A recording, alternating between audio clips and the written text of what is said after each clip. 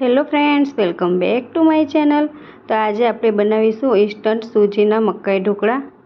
ખાવામાં એકદમ સોફ્ટ, ફટાફટ બનીને તૈયાર થાય અને રૂ જેવા પોચા એવા વરસાદમાં ખાવાની ખૂબ જ મજા આવે ગરમમાં ગરમ ઢોકળા। તો ચાલો બનાવવાનું શરૂ કરીએ આપણે। મકાઈના ઢોકળા બનાવવા માટે સૌથી પહેલાં આપણે સૂજી લઈ લઈશું એક મોટા વાસણમાં। અહીં મેં 500 ગ્રામ સૂજી આ રીતનું મોટી સાઇઝનું આવે એ લીધું છે। રવો નથી લેવાનો, સૂજી હોય તો સરસ। 500 ગ્રામ સૂજી લીધું છે અહીં મેં। એની અંદર આપણે હવે 1 વાટકી ખાટું દહીં એડ કરી દઈશું। દહીંને સરખી રીતે સૂજીની અંદર સૂજીની અંદર આપણે સરખી રીતે આ રીતે વિસ્કરની મદદથી દહીંને મિક્સ કરી દઈશું। ત્યાર પછી આપણે થોડું પાણી એડ કરતા જઈને મીડિયમ થીક એવું બેટર બનાવીને રેડી કરી લઈશું। વધારે પડતું બેટરને પતલું નથી કરવાનું આપણે।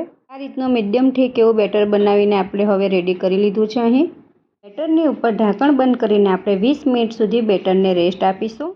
એક મકાઈના આ રીતે આપણે દાણા કાઢીને લઈ લઈશું। એમાંથી આપણે અડધા દાણાને મિક્સરમાં પીસી લઈશું। મિક્સરના કપમાં હવે આપણે અડધી મકાઈના દાણા એડ કરી દઈશું। ત્યાર પછી એક આદુનો ટુકડો એડ કરીશું અને 8 થી 10 લસણની કળી, 5 થી 6 લીલા મરચાં એડ કરીશું। ઢાંકણ બંધ કરીને આપણે દરદરું પીસી લઈશું। હવે અહીં મેં આ રીતે દરદરા મકાઈના દાણાને મિક્સર જારમાં પીસીને રેડી કરી લીધા છે।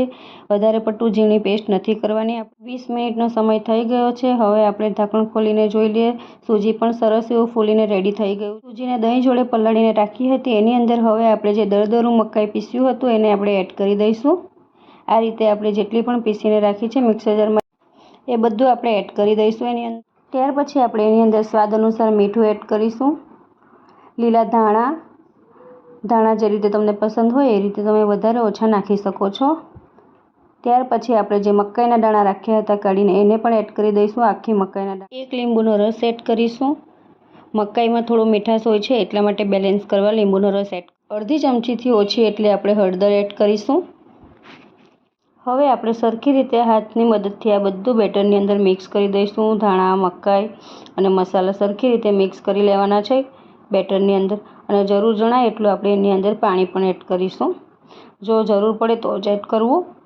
મીડિયમ થીક બેટર રાખવાનું છે, બહુ વધારે પડતું પતલું નથી રાખવાનું। તો આ રીતે સરખી રીતે બધું મિક્સ કરી લઈશું। તો અહીં આપણું મકાઈના ઢોકળા માટેનું બેટર બનીને એકદમ રેડી થઈ ગયું છે। થોડું પતલું કરવાનું છે, હજી જેટલું જરૂર છે એટલું આપણે એક વાસણમાં કાઢી લઈશું। એક વાડકાની અંદર આપણે 2 ડીશ ઢોકળા બને એટલું બેટર કાઢી લઈશું, કારણ કે 500 ગ્રામ સૂજી લીધું છે એટલે અહીં 3 ડીશ બનશે। બેટર થોડું ઘટ છે એટલા માટે આપણે અહીં 1 વાડકી જેટલું પાણી એડ કરીશું અને બેટરને સરખી રીતે પાણીની અંદર મિક્સ કરી દઈશું। આ રીતે હલાવીને મિક્સ કરી લેવાનું છે પાણીની અંદર। 1 મોટી ચમચી જેટલું આપણે તેલ એડ કરીશું। તેલ એડ કરીને સરખી રીતે મિક્સ કરી લઈશું। તેલ એડ કરવાથી ઢોકળા એકદમ સોફ્ટ લાગે છે ખાવામાં એટલા માટે।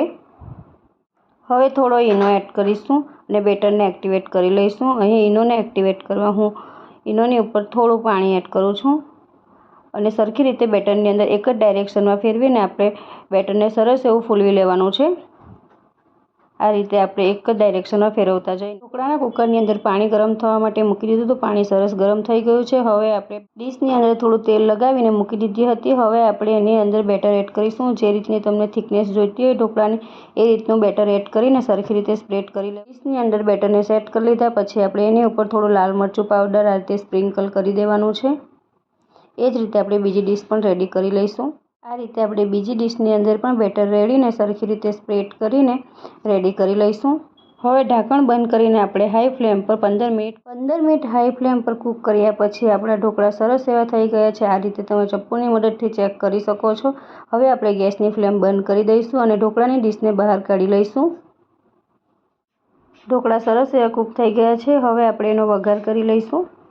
વઘાર માટે મેં વઘારિયાની અંદર 3 મોટી ચમચી તેલ ગરમ થવા માટે, તેલ સરસ ગરમ થઈ ગયું છે। હવે આપણે 1 ચમચી રાઈ નાખીશું અને રાઈને પણ સરસ ફૂટી જાય ત્યાર ફૂટી ગયા પછી આપણે થોડું જીરું એડ કરી દઈશું। જીરું પણ થોડું લાઇટ બ્રાઉન થઈ ગયું છે ત્યાર પછી આપણે 1 મોટી ચમચી જેટલા સફેદ તલ એડ કરીશું। ગેસની ફ્લેમ બંધ કરી દઈશું। અહીં તમે લીમડો પણ મીઠો એડ કરી શકો જો તમને પસંદ હોય તો। વઘારને આ રીતે આપણે ઢોકળાની ઉપર રેડી દઈશું અને ત્યાર પછી આપણે ઢોકળાને કટિંગ કરી લઈશું। તો આ રીતે આપણે બધો વઘારને રેડી દેવાનો છે બંને ઢોકળાની પ્લેટ ઉપર। હવે આપણે ઢોકળાને કટિંગ કરી લઈશું। જે રીતના તમને નાની મોટી સાઇઝ પસંદ હોય એ રીતે આપણે કટિંગ કરી લેવાના છે।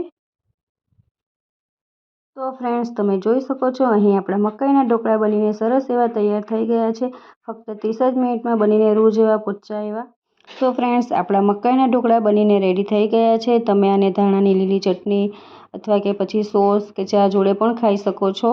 ખૂબ જ ઓછા સમયમાં ફટાફટ બનીને તૈયાર થતા આ ઢોકળા ખાવામાં વરસાદમાં ખૂબ જ મજા આવે છે. એકવાર જરૂરથી આ રેસીપી તમે પણ ટ્રાય કરજો. ખૂબ જ આજની આ સૂજીના મકાઈના ઢોકળાની રેસીપી તમને ગમી હોય તો please like, share and subscribe. ફરી મળીશું એક નવા વિડીયો સાથે. ત્યાં સુધી bye. Thank you for watching.